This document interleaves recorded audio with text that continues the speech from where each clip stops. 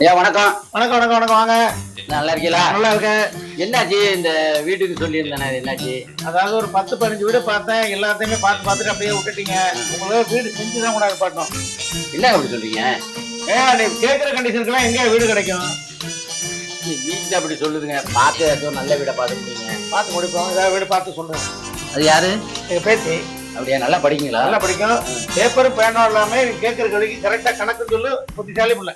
அப்படியா? அப்பா நான் கேட்கறதுக்கு பதில் சொல்லுவியா? எங்க நான் சொல்றேன், சொல்றியா? ஒரு 65, ஒரு 35, ஒரு 60, ஒரு 130, ஒரு 45. எங்க விடைய சொல்லு. தெரியாது.